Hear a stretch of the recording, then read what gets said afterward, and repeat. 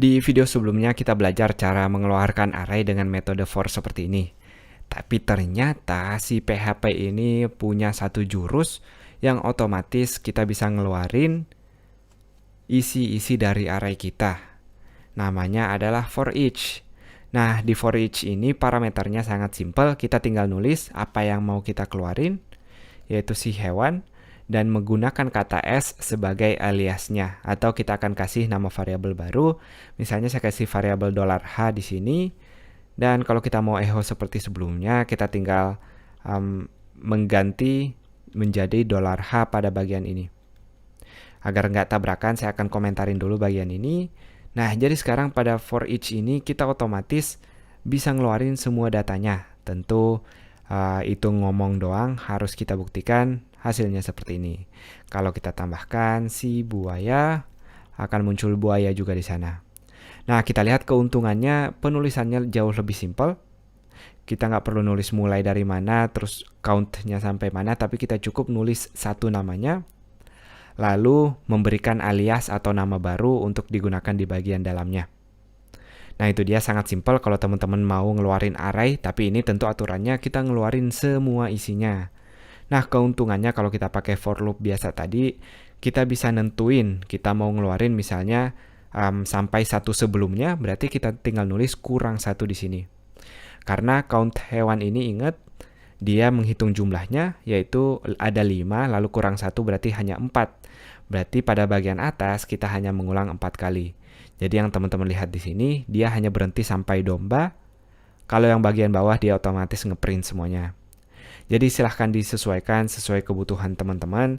Teman-teman apakah butuh semuanya? Kalau mau ngeprint semuanya langsung, kita tinggal menggunakan for each seperti ini. Tapi kalau mau dibatasin, kita bisa pakai for loop seperti yang di atas. Kita udah belajar cara memanfaatkan for each untuk menampilkan array. Nah, ternyata for each ini nggak terbatas di array biasa, tapi juga bisa pada associative array. Langsung kita buktikan kalau kita punya data di sini, variabel data yang isinya adalah associative array, mulai dari nama, lalu dengan menggunakan sama dengan lebih besar, kita isi datanya, pisahkan dengan koma untuk variabel berikutnya, umur, dan terakhir sifat. Seperti ini. Nah, sekarang untuk for each pada associative array, bukan hanya satu variabel seperti ini. Saya akan pindahkan dulu biar teman-teman masih bisa lihat. Saya akan tutup dengan komentar. Dan kali ini kita butuh for each-nya. Di bagian S-nya, saya akan masukkan data. Misalnya hanya D di sini, tapi kita butuh sama dengan lalu tanda lebih besar dari seperti ini. Karena kita tahu pada associative array dia adalah pasangan dari key dan value, di mana key pada awal dan value pada bagian berikutnya. Nah, jadi pas kita bikin aliasnya, kita juga butuh pasangan key dan juga pasangan value-nya di sini. Kita tes dulu mana yang value dan mana yang key. Caranya sangat simpel, dengan cara kita print dulu isi dari $D misalnya. Saya akan pisahkan dengan tanda kutip. Jadi kita lihat dulu apa sih $D ini. Kita reload. Ternyata si $D ini adalah key-nya.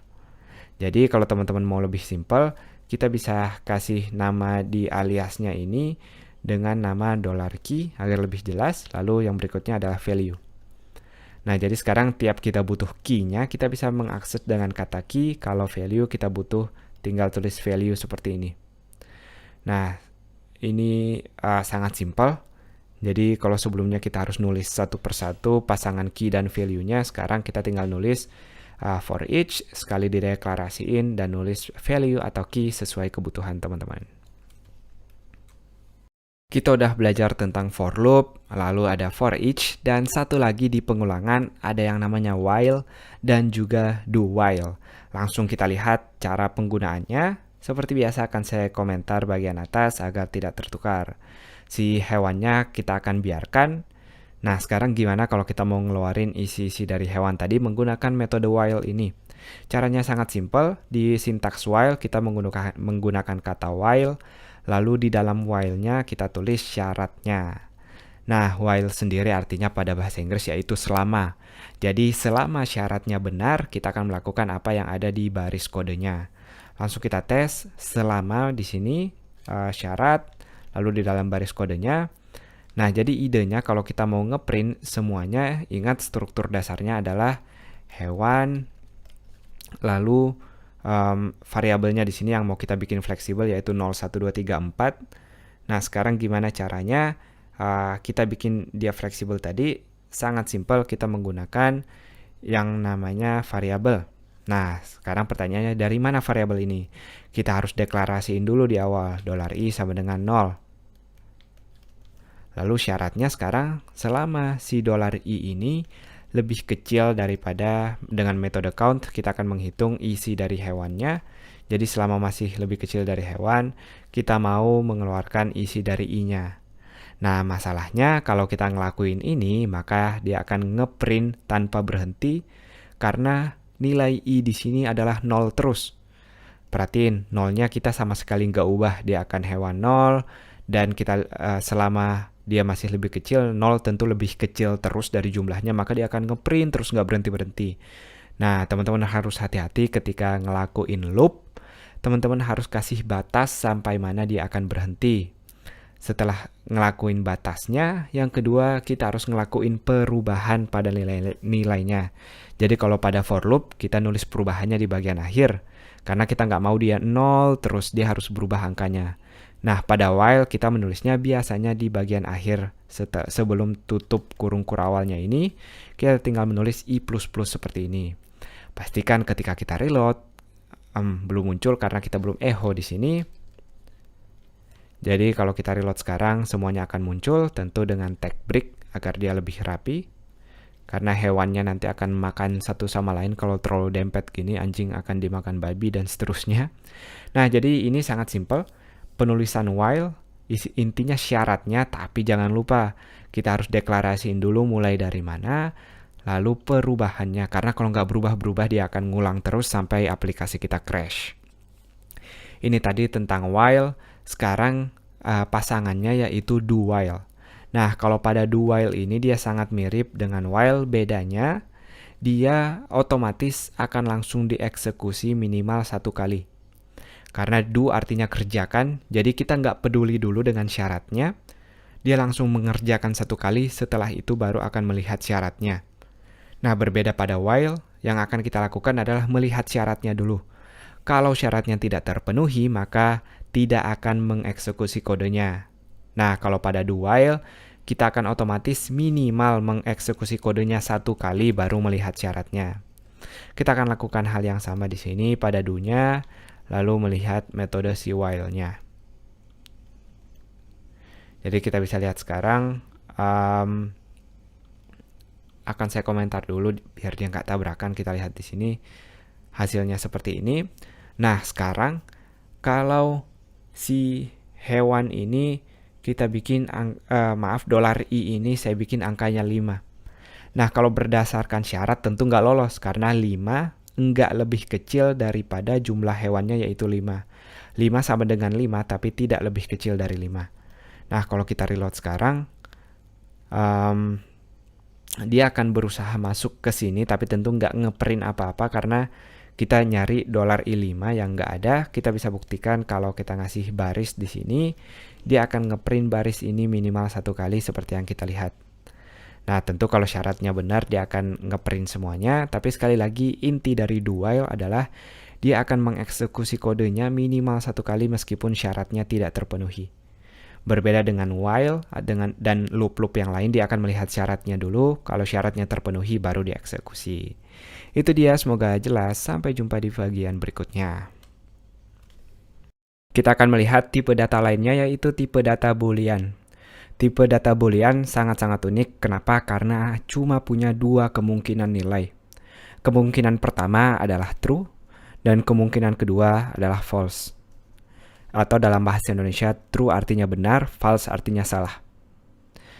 True dan false ini kita bisa gunakan untuk ketika kita bermain dengan logika atau ketika kita ingin memutuskan sesuatu. Anggap ada kasus, ada angka, kita nggak tahu angkanya ini apakah dia ganjil atau genap. Nah, dengan boolean ini kita bisa bertanya seperti apakah angka ini ganjil apakah itu benar atau tidak. Itu contoh simpelnya. Nah, penggunaannya sendiri sangat simpel, kita tinggal menggunakan variabelnya, $hasil misalnya saya kasih true seperti ini. Sekarang hasil sudah otomatis true. Sebaliknya kalau kita punya hasil yang lain, kita bisa kasih juga false. Hati-hati meskipun dia teks, kita nggak menulis tanda kutip seperti string. Karena kalau kita nulis seperti ini, dia akan menganggap jadi teks biasa. Kegunaannya kita akan lihat di beberapa video berikutnya ketika kita sudah belajar bagaimana kita memainkan logika pada bahasa program. Jadi untuk di sini sampai sini dulu tentang booleannya, emang sangat simple tentang true dan false, tapi nanti akan sangat luar biasa kegunaannya. Sekarang kita akan belajar tentang if dan else. Dengan if dan else ini kita bisa menentukan keputusan. Jadi misalnya apakah A benar misalnya, maka kita akan melakukan hal yang ini. Tapi kalau nggak benar, kita mau ngelakuin hal yang itu. Jadi kita bisa udah nentuin dari awal dua aktivitas yang berbeda sesuai dengan kondisi yang akan datang. Anggap kita punya sistem login di mana user masukin password, kita bisa nguji apakah passwordnya sama dengan yang di database kita. Kalau benar, maka kita bisa login. Kalau enggak, dia akan tetap di halaman awal. Nah, di situ kita pakai if dan else. Langsung kita lihat penggunaannya, sangat mudah. If, kita mulai dengan buka dan tutup kurung seperti ini. Lalu kita mulai dengan buka tutup kurung kurawal atau kurung belok seperti ini. Di dalam kurung kurawal ini boleh lebih dari satu baris kode atau hanya satu baris kode pun boleh. Nah, di dalam buka tutup bulatnya ini, kita akan menulis kondisi atau syarat yang mau kita uji. Saya akan langsung ambil contohnya. Saya kasih password di sini, nama variabel, passwordnya 123. Nah, kita mau uji apakah si password ini sama dengan 123.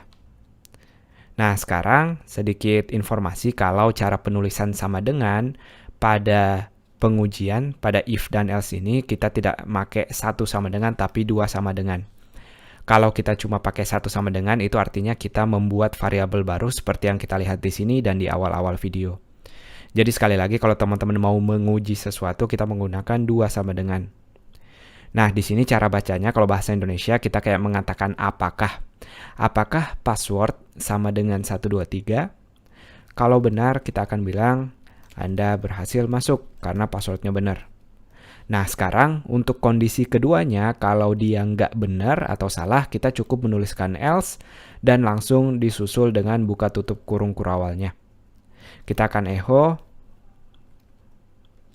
gagal, sayang sekali, karena passwordnya salah.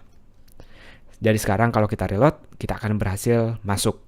Nah, kalau kita salahin passwordnya di sini, maka kita juga akan salah.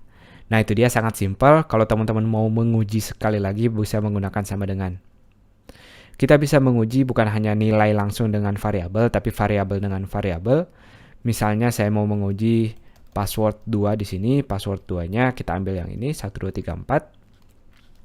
Kita bisa pindahin ke bagian kedua, apakah password 1 sama dengan password 2. Tentu sekarang masih salah, tapi kalau kita bikin sama, kita akan berhasil masuk. Jadi itu dia sekilas tentang if dan else pada PHP.